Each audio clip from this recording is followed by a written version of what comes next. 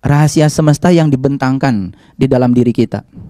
Cuman terkadang karena kita sering terlalu jauh mencari keajaiban keluar, sehingga kita lupa bahwa sesungguhnya tubuh kita sendiri merupakan sebuah keajaiban. Tengoklah dalam tubuh kita ada sekitar 100 triliun sel. Kalau satu sel saja ya memiliki satu DNA, dan menurut para ilmuwan, panjang rantai polimer dari satu DNA di dalam satu sel itu sekitar 1,5 meter. Jadi kalau ada 100 triliun sel dalam tubuh kita, rantai polimer DNA dalam tubuh kita saja sekitar 1,5 meter dikalikan 100 triliun. Itu jaraknya kalau dibandingkan itu sama dengan 100.000 kali jarak bolak-balik antara bumi dan bulan. Sedangkan rantai polimer itu isinya apa? Isinya protein. Atom-atom yang dirangkai sedemikian luar biasa, dan disitulah segala data tentang masa depan kehidupan kita ada. Jadi mereka yang selalu keluar mencari keajaiban, lalu tidak pernah melihat tubuhnya sendiri sebagai sebuah keajaiban, maka dia tidak akan pernah bisa menemukan keajaiban di semesta kecilnya. Oleh karena itu pada kesempatan yang penuh berkah ini, marilah kita mencoba untuk belajar ke dalam, ya, menemukan hakikat dari diri sejati kita. Cuman ada bedanya. Belajar ilmu syariat dengan belajar ilmu hakikat itu terminologinya berbeda. Saya ingin mengingatkan sekali lagi bahwa sesungguhnya tahu tidak mungkin bisa dicapai dengan membaca buku. Tahu tidak mungkin juga dicapai dengan mendengarkan apa kata orang. Karena tahu yang sesungguhnya baru bisa dicapai kalau kita sudah mengalami sendiri. Berulang-ulang Rasulullah menyatakan malam yazuk lam ya'rif. Yang tidak mengalami sama sekali tidak akan pernah mengetahui. Oleh karena itu, statement yang disampaikan Rasulullah itu tahu harus diawali dengan proses mengalami. Malam yazuk lam ya'rif. Yang tidak mengalami tidak akan pernah tahu. Jadi tahu tidak akan pernah bisa dihasilkan lewat membaca. Tahu juga tidak akan pernah dihasilkan lewat mendengar apa kata orang. Sementara kita selama ini sering mengatakan saya sudah tahu. Dari mana? Dari membaca buku. Kita sering mengatakan saya sudah tahu. Dari mana? Dari apa kata orang. Tahu dari apa kata orang, tahu dari apa yang kita baca dari buku yang berupa tulisan, rangkaian tulisan, sesungguhnya itu bukan tahu yang sebenarnya. Karena tahu yang sebenarnya, menurut para leluhur kita, orang-orang bijak di masa lalu, tahu yang sebenarnya dihasilkan dari proses mengalami. Itu sebabnya untuk tahu diperlukan keberanian untuk mengalami. Cuman sayang sekali banyak di antara kita yang tidak memiliki keberanian untuk itu. Kadang-kadang takut untuk mengalami. Sebelum saya menguraikan uraian kita hari ini, saya akan menyampaikan sebuah dialog yang sangat luar biasa di dalam Quran surat Al-Kahfi. Jadi kalau kita membaca surat Al-Kahfi dari ayat yang ke-67, surat yang ke-18 sampai ayat yang ke-78, di situ ada dialog antara Nabi Musa dengan Nabi Khidir. Supaya lengkap, saya akan bacakan dulu dialognya. Dan nanti kita akan coba kupas satu persatu, lalu apa relevansinya dengan kajian kita hari ini. Di ayat yang ke-67, ya, dialognya seperti ini. Dia menjawab. Mohon maaf, di ayat yang ke-66, ya, dialognya seperti ini. Musa berkata kepada Khidir, siapa Musa? Siapa Khidir? Nanti kita akan tahu posisinya seperti apa. Apa yang dikatakan Musa? Bolehkah aku mengikutimu supaya kamu mengajarkan kepadaku ilmu yang benar di antara ilmu-ilmu yang telah diajarkan kepadamu? Ini sebuah permintaan. Dari siapa? Dari Musa. Kepada siapa? Kepada Khidir. Jadi kalau kita posisikan Musa ini sebagai pembelajar, sedangkan Khidir itu sebagai fasilitator. Ya, fasilitator, bukan sumber belajar. Karena sumber belajar itu bisa banyak, tapi fasilitator yang akan mengarahkan si pembelajar untuk mendapatkan pembelajaran. Proses pembelajaran yang paling bagus itu bukan transfer knowledge. Karena proses pembelajaran yang paling bagus adalah mengalami langsung. Itu sebabnya ya pembelajaran yang proses transfer knowledge dari dulu juga sudah ditinggalkan. Di zaman Rasulullah proses transfer knowledge itu sudah ditinggalkan. Jadi kalau sekarang ada orang yang merasa sedang belajar di ruang kelas tentang sesuatu yang kemudian tidak mengalami yang dia pelajari, sesungguhnya di zaman Rasulullah juga proses belajar yang seperti itu sudah ditinggalkan. Itu sudah usang. Karena proses belajar yang sesungguhnya adalah mengalami. Itu sebabnya seperti Bapak Ibu sedang berbicara dengan saya sekarang, ini sebetulnya bukan sedang belajar kita. Karena proses belajar itu adalah di ruang kehidupan nyata. Kita tidak akan pernah sukses belajar sabar di ruangan ini. Misalkan kita cerita tentang orang-orang yang sabar, kita hanya bisa mendongeng tentang orang sabar, tapi kita tidak akan pernah bisa menjadi orang yang sabar di ruangan ini. Mendongeng tentang orang-orang yang baik di masa lalu, kita juga tidak akan pernah berubah menjadi orang baik di masa kini lewat proses belajar seperti ini. Jadi ini sebetulnya hanya untuk menyadarkan bahwa di ruangan ini tidak pernah terjadi proses belajar yang sesungguhnya. Ini hanya proses penyadaran bahwa belajar bukan di sini, tapi belajar di kehidupan. Jadi jangan menganggap perubahan akan terjadi di sini. Oleh karena itu saya sering mengatakan, ketika kita sedang seperti ini, di ruangan seperti ini, ya, semua kita itu kan kelihatan seperti baik. Semua kita kelihatan seperti sabar. Semua kita kelihatan seperti orang-orang yang tidak ada masalah, kan seperti itu. Karena di sini memang tidak ada masalah. Sama seperti saya sering mengingatkan kalau saya sedang membimbing jamaah ke Tanah Suci. Mereka mengatakan, kok Pak di sini enak ya ibadah? Kok Pak di sini enak ya kita sholat bisa khusyuk? Hati-hati itu. Di sana itu kita tidak sedang mengalami pengalaman yang sesungguhnya. Kita sedang meninggalkan pekerjaan, sedang meninggalkan keluarga, sedang meninggalkan masalah, sedang meninggalkan kantor kita, sedang meninggalkan masalah di bisnis kita. Sebenarnya kita kan sedang menghindar dari masalah. Di sana itu bukan sedang menyelesaikan masalah, sedang melakukan proses perenungan saja. Perenungan terhadap semua peristiwa yang sedang terjadi. Di situ kita sedang kamuflase. Di situ kita tidak sedang belajar yang sesungguhnya. Oleh karena itu jangan heran ya, kalau orang pulang dari sana kan tidak mendadak jadi orang sabar. Pulang dari sana tidak mendadak menjadi orang yang baik, karena di sana hanya proses kontemplasi, hanya proses perenungan saja. Karena belajar yang sesungguhnya di kehidupan nyata. Nah, oleh karena itu, dialog antara Musa dengan Khidir menjadi sangat menarik. Bolehkah aku mengikutimu supaya kamu mengajarkan kepadaku ilmu yang benar di antara ilmu yang telah diajarkan kepadamu? Itu pertanyaannya Musa. Apa jawabannya Khidir? Dia menjawab, sesungguhnya kamu sekali-kali tidak akan sanggup sabar bersama aku. Kok begitu ya? Khidir kok bicaranya seperti itu pada Musa? Seorang guru tentu saja sudah mengetahui kapasitas muridnya. Seorang guru tentu saja sudah punya banyak pengalaman ya tentang kapasitas orang muridnya. Makanya lalu bukan buruk sangka.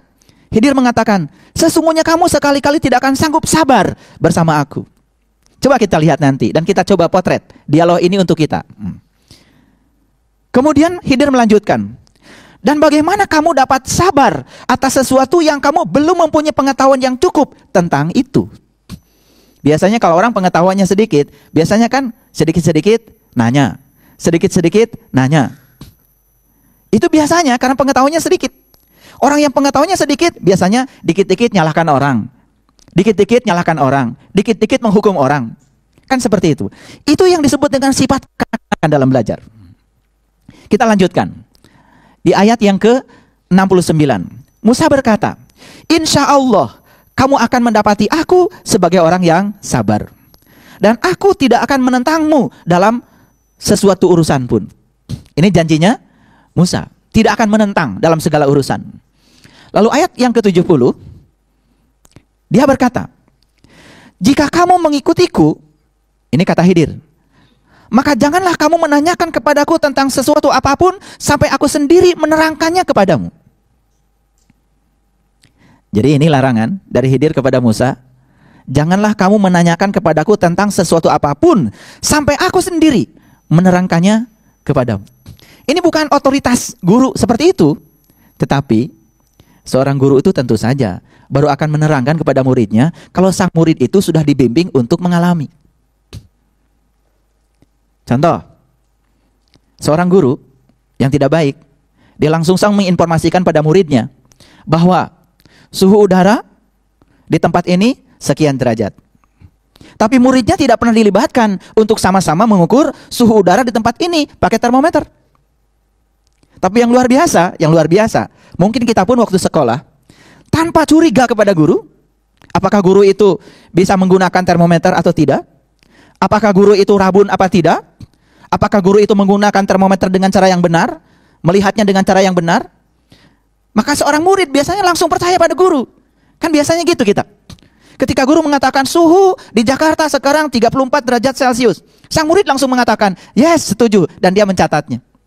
Jarang-jarang ya, saya aja mengajar fisika, mengajar sains di universitas. Ketika menyampaikan sebuah data, jarang mahasiswa yang menanyakan, Pak, bagaimana cara mengukurnya?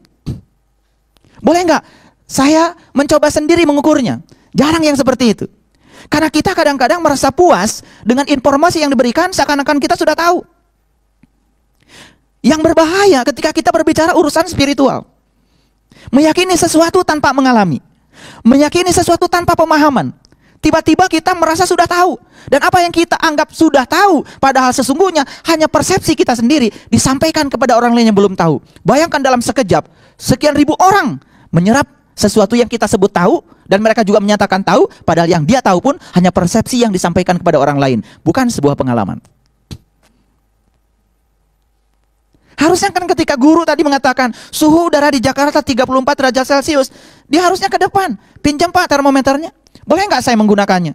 Boleh nggak saya mengukur sendiri? Itu baru keyakinan yang sebenarnya, karena dia mengalami sendiri. Bayangkan ya, banyak yang terlalu percaya pada yang disampaikan orang tanpa mengalaminya sendiri. Barangkali kita pun dari kecil dididik untuk percaya seperti itu, maka tingkat kekritisan kita tidak berkembang. Tingkat kreativitas kita tidak berkembang. Makanya hasil belajar sesungguhnya bukan berapa banyak pengetahuan yang kita tahu, apalagi tahu sekedar baca, tapi berapa banyak pengetahuan yang kita alami sendiri. Sesungguhnya bukan berapa banyak pengetahuan yang kita tahu, apalagi tahu sekedar baca, tapi berapa banyak pengetahuan yang kita alami sendiri. Jadi sangat masuk akal kalau leluhur kita mengatakan bahwa pengalaman adalah guru yang terbaik. Karena guru yang terbaik memang pengalaman. Baik itu pengalaman buruk atau pengalaman baik, dua-duanya guru. Karena apa? Semua yang terjadi di semesta ini, yang disebut baik dan buruk oleh kita, itu kan penilaian kita saja. Pada dasarnya, semua yang terjadi adalah kebenaran.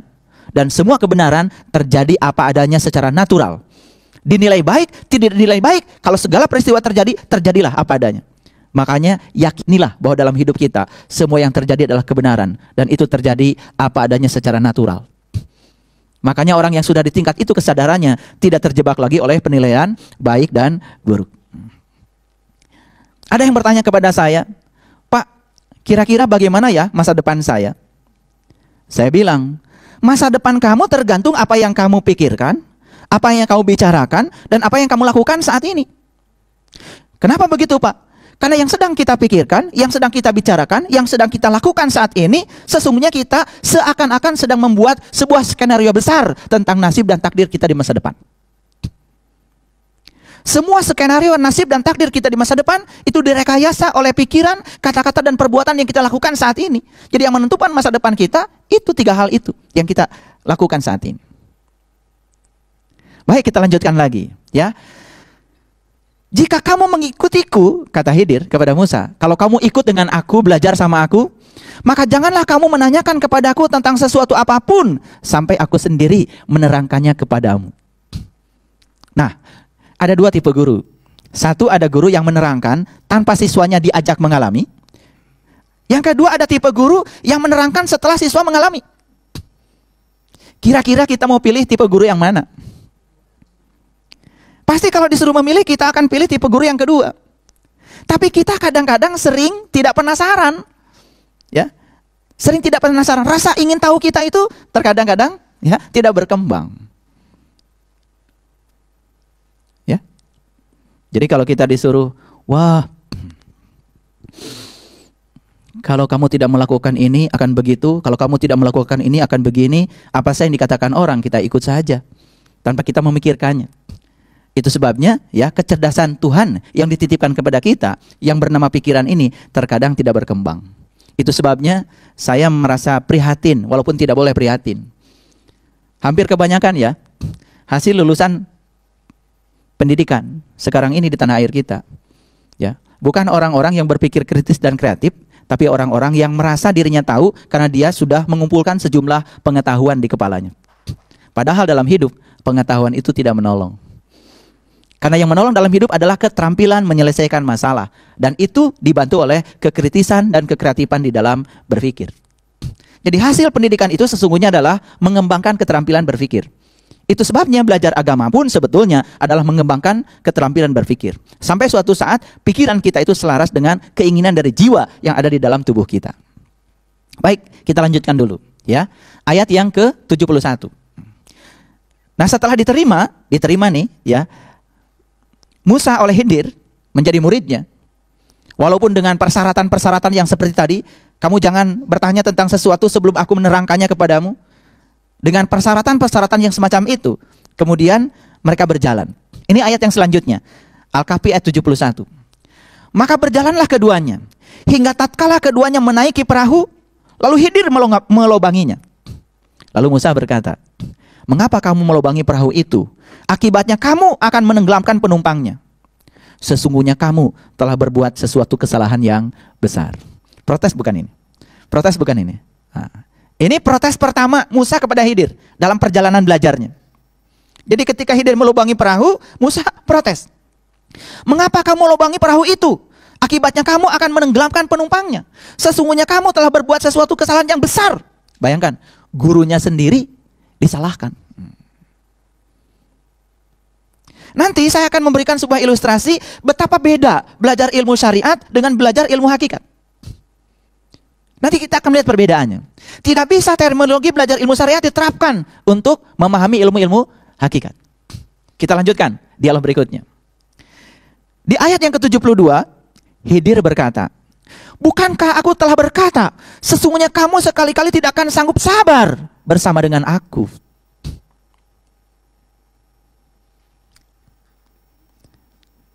Pernah nggak kita mengalami situasi seperti ini? Kayaknya kita pernah ya. Bahkan sering ya? Sering.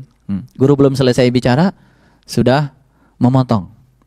Guru belum selesai membimbing kita untuk mengalami, di tengah jalan kita sudah nanya itu ini.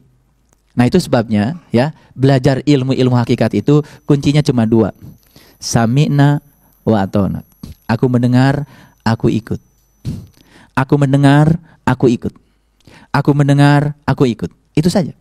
Makanya di Quran ditegaskan, kunci hidayah itu sesungguhnya berasal dari kemampuan mendengar.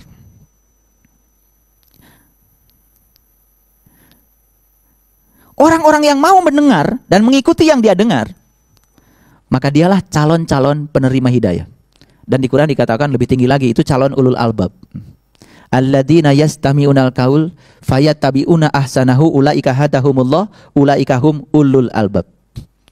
Jadi ternyata ulul albab itu harus dicapai dengan hidayah, dan hidayah harus dicapai dengan mau mendengar dan mengikuti. Jadi kunci hidayah itu sebetulnya menurut Quran adalah dari kemampuan mendengar. Makanya dengarkan dulu sampai selesai, baru ambil kesimpulan. Nah, belum selesai orang bicara sudah mengambil kesimpulan, kan biasanya kesimpulannya salah. Coba perhatikan ya, dalam debat-debat kusir. Debat kusir itu debat yang sama-sama tidak tahu. Jadi si A dengan si B sedang berdebat tentang sesuatu hal yang dua-duanya masing-masing juga belum mengalami. Misalkan si A dengan si B berdebat tentang sebuah daerah. Si A belum ke daerah itu, si B belum ke daerah itu. Tapi berdebat tentang daerah itu seakan-akan dua-duanya pernah ke daerah itu. Padahal dua-duanya baru membaca dan apa kata orang. Disitulah sebetulnya gagal paham sering terjadi. Itu yang disebut dengan ya, salah persepsi. Baik, kita lanjutkan dulu. Ya. Musa berkata, dari tadi di ayat yang ke-72 kan ditegur. Kata Khidir, bukankah aku telah berkata, sesungguhnya kamu sekali-kali tidak akan sanggup sabar bersama dengan aku. Itu teguran dari Khidir. Apa jawaban Musa? Di ayat yang ke-73 dari Al-Kahfi. Musa berkata, janganlah kamu menghukum aku karena kelupaanku, dan janganlah kamu membebani aku dengan sesuatu kesulitan dalam urusanku. Jadi ketika ditegur seperti itu, Musa malah menjawab seperti itu. Nah, hati-hati, ini yang sedang kita bicarakan Quran loh. Dialog ini diabadikan di dalam Quran surat Al-Kahfi. Makanya kalau kita membaca surat Al-Kahfi dari ayat 1 sampai ayat 110, itu makna, ya, syarat dengan makna spiritual, syarat dengan makna-makna hakikat. Luar biasa. Dan saya jamin ya, siapapun tidak akan pernah bisa mengalami Al-Kahfi, apalagi ya memahami Al-Kahfi, kalau tidak dibimbing oleh seorang guru. Karena memasuki gua yang bisa memberikan keselamatan, gua apa yang bisa memberikan keselamatan? Di dunia ini tidak ada satu gua pun yang bisa menjamin keselamatan kalau kita masuk ke dalamnya. Malah semua gua di dalamnya gelap, mungkin ada ular, ada binatang-binatang buas. Bahkan kesejukan dalam gua. Biasanya kesejukan itu ada secara saintifik, ada hubungannya kan dengan energi negatif. Karena energi negatif itu biasanya tinggal di tempat-tempat yang sejuk, ya, yang basah, yang ada airnya. Tempat-tempat yang lembab, biasanya di situ ya kita merasakan ada getaran-getaran energi negatif. Secara saintifik itu bisa dibuktikan. Tetapi Quran surat Al-Kahfi cerita tentang bagaimana perjalanan Ashabul Kahfi masuk ke dalam gua yang bisa memberikan keselamatan. Dan setelah keluar dari gua, mereka menjadi orang-orang yang beriman. Gua apa yang bisa membuka orang yang tadi tidak beriman menjadi orang yang beriman? Gua apa yang bisa menjamin seseorang yang tadinya tidak memberikan kedamaian, kemudian dia mendapatkan kedamaian setelah keluar dari gua? Bahkan di Quran dikatakan, gua itu bisa di dalamnya menerbitkan matahari. Ya. Baru saja kita melewati sebuah fenomena alam yang sangat luar biasa, yang terjadinya sekitar 152 tahun sekali. Dan otomatis ya, 152 tahun yang akan datang setelah ini, kira-kira Bapak Ibu sudah di mana nanti? Dan pasti deh tidak akan mengalami lagi. Apalagi yang usianya sudah sekarang usianya 70 tahun. Kalau ditambah 152 tahun, kan 220 tahun ya. 220 tahun udah kayak apa ya kulitnya? 100 tahun aja kan sudah tidak layak kadang-kadang tubuh ini ditinggali. Peristiwa yang hanya terjadi 152 tahun sekali. Saya tidak akan cerita fisikanya, tapi saya akan mengambil makna terdalam dari peristiwa itu. Karena kita disuruh membaca oleh Allah. Coba perhatikan. Di sini ada matahari. Di sini ada bumi, di sini ada bulan. Yang namanya gerhana bulan, otomatis kan bulan terhalangi oleh bumi. Bumi kita sedang menghalangi matahari sinarnya sampai di bulan. Itu namanya gerhana bulan. Dan bulan itu lintasannya kan elip, tidak lingkaran, mengelilingi bumi. Otomatis jari-jari, ya, jari-jari lintasan bulan terhadap bumi itu kan tidak sama. Pas terjadinya gerhana, pas ya lintasan jari-jari bulan terhadap bumi itu paling dekat. Itu yang disebut dengan fenomena supermoon. Jadi supermoon itu di mana bulan terlihat lebih dekat kepada bumi. Makanya ukuran bulan biasanya 14-30% lebih besar. Sehingga bulan terlihat begitu indah. Itu fenomena supermoon. Kemudian kan fenomena kemarin disebutnya fenomena super blue blood moon. Jadi ada supermoon 1, ada blue moon 2, ada blood moon 3. 3 terjadi sekaligus. Apa pesannya? Saya tidak akan menjelaskan 3 fenomena itu karena tidak ada relevansinya dengan kajian kita hari ini. Tetapi coba perhatikan, matahari, bumi, bulan, kapan bulan ini gelap? Itu kita terhalangi oleh bumi. Ketika matahari sinarnya tidak sampai ke bulan. Bagi saya, mohon maaf ya, kalau perumpamaan ini tidak sama dengan semua orang. Matahari di Quran, terutama di Quran surat Al-Kahfi, selalu melambangkan tentang Tuhan. Melambangkan Dia. Karena memang kalau kita lihat sifat matahari kan, memang ya tidak seperti sifatnya beliau tentu saja. Tetapi sifat matahari kira-kira ya sangat cocok kalau melambangkan. Nanti kita akan kupas. Dan bumi tempat kita berpijak ini melambangkan dunia. Dan bulan itu melambangkan jiwa kita. Coba, kapan jiwa kita kelihatan bercahaya? Ketika matahari sinarnya sampai di bulan. Makanya Ashabul Kahfi itu keluar dari gua bercahaya. Kenapa? Karena selama di dalam gua dia mendapatkan sinar matahari. Tentu saja bukan matahari yang itu. Matahari sejati yang menyinari ya sang jiwa selama ada di dalam gua. Maka keluar dari situ dia mengalami reformasi spiritual. Bayangkan ya, ketika matahari dihalangi bumi, makanya sinarnya tidak sampai kepada bulan. Kapan jiwa ini gelap, gersang, tandus? Kapan? Tepat saat bumi kita, dunia kita sedang menghalangi datangnya sinar matahari itu sampai di jiwa. Ini pengalaman, begitu terlalu dominan dunia kita, biasanya kan jiwa kita mulai gelisah, mulai resah. Betul nggak? Tapi mulai kita bisa melepaskan ikatan-ikatan kita pada dunia, walaupun tetap berkarya di sini, tapi ikatannya dilepaskan. Kadang-kadang jiwa kita purnama, seperti bulan. Kapan bulan purnama? Tentu saja saat bulan tidak terhalang apapun. Dan melihat bulan purnama kan cantiknya luar biasa. Makanya jangan heran ya, kalau ada orang yang punya kemampuan untuk melihat, ya, ini ada orang sosoknya putih, bersih dari sisi fisik, tapi nggak ada auranya. pancaran jiwanya tidak ada. Ada orang yang mungkin sosoknya kulitnya hitam, ya, legam bahkan. Tetapi pancaran sinar dari dirinya itu ada. Ada wibawa Tuhan lah di dalam dirinya. Karena apa? Ketika jiwa mendapatkan cahaya dari Tuhan, maka jiwa itu sedang memerankan dirinya di tubuh ini seperti Tuhan memerankan dirinya di semesta yang besar. Dan itulah kesuksesan hidup sesungguhnya. Coba, di semesta besar ini, ya, segala peristiwa yang kita sebut baik dan buruk terjadi apa adanya. Dan Tuhan tidak menganggap itu baik buruk, karena baik buruk itu penilaian kita. Bagi Tuhan segala peristiwa yang terjadi, terjadilah. Dan itu yang terbaik. Dan segala peristiwa yang terjadi pasti untuk membaikan semesta ini. Ya, coba, pernah lihat nggak di tayangan televisi ada gajah sedang mencabut pohon-pohon yang besar dengan gadingnya, dengan badannya yang kekar, sampai pohon itu pada tumbang. Karena apa? Mungkin saja dia ingin mengambil daun-daun atau buah-buah yang di atasnya, karena dia tidak punya kemampuan memanjat, dan dia juga tidak bisa berbicara pada monyet. Lalu diruntuhkanlah pohon-pohon itu. Setelah tumbang dia bisa makan. Coba, dari sisi kita manusia, itu musibah apa berkah? Dari sisi manusia mungkin kita mengatakan itu adalah musibah, karena pohon-pohon pada tumbang. Betul? Tapi ketika pohon tumbang, berapa banyak rumput yang di bawah pohon berterima kasih pada gajah? Karena apa? Ketika pohon sudah tumbang, sinar matahari yang tidak sampai pada rumput, yang terhalang oleh daun-daun yang sangat rimbun, bisa sampai pada rumput-rumput. Mungkin si rumput mengucapkan terima kasih pada gajah. Mungkin ya, karena rumput menjadi ranum. Ketika kita belajar lebih dalam secara integrasi, secara integral, secara menyeluruh, apa yang terjadi? Semua yang kita sebut salah itu ternyata tidak salah. Betul nggak? Makanya jangan mengatakan sesuatu itu salah. Belum benar saja. Pada akhirnya pasti akan ditemukan ya titik benarnya. Makanya disitulah proses belajar itu terjadi. Perlu kesabaran.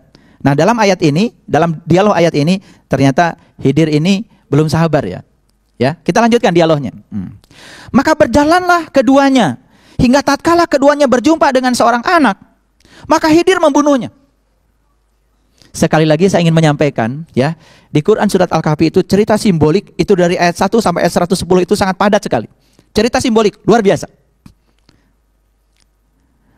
Ada cerita di ayat yang sebelumnya begini ceritanya. Ingatlah suatu hari di mana gunung-gunung akan diperjalankan. Dan bumi-bumi akan ditanduskan, akan diratakan, akan didatarkan. Bagaimana itu? Gunungnya diperjalankan, bumi didatarkan. Dalam bahasa fisik, gimana? Apa yang terjadi? Kan sulit memahaminya. Tapi dalam bahasa spiritual, itu memberikan makna yang luar biasa. Oke, kita lanjutkan dulu. Maka berjalanlah keduanya hingga tatkala keduanya berjumpa dengan seorang anak, maka Khidir membunuhnya. Mungkin ya, dalam bahasa kita aja yang awam, ketika kok Khidir membunuh anak?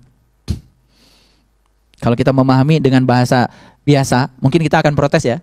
Akan protes kan? Pasti begitu. Lalu Musa berkata, bisa dibayangkan Musa protes lagi nggak sama Khidir? Protes lagi. Apa kata Musa? Mengapa kamu membunuh jiwa yang bersih? Bukan karena dia membunuh orang lain? Sesungguhnya kamu telah melakukan sesuatu. Disalahkan lagi gurunya sama Musa.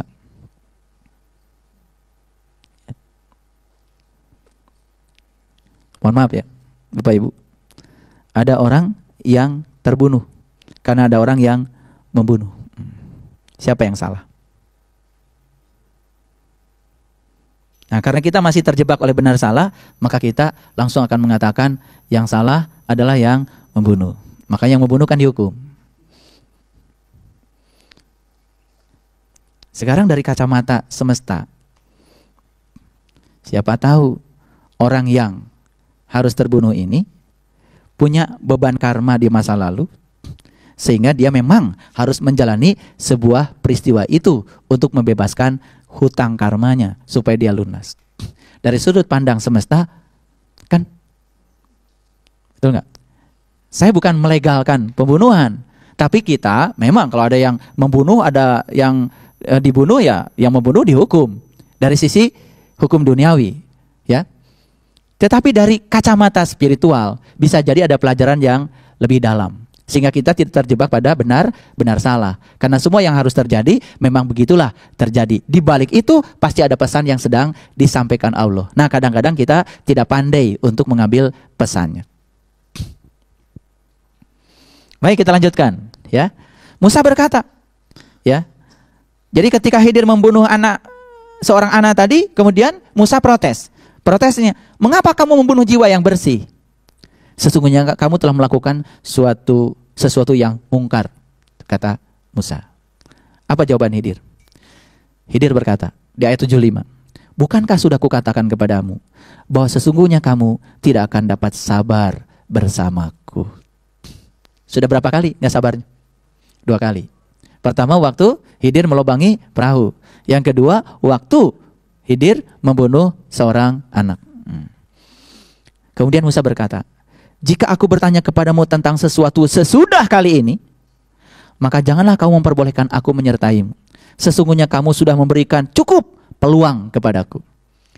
Mulai agak sadar. Di level ini Musa mulai sadar. Belum ditegur kan? Belum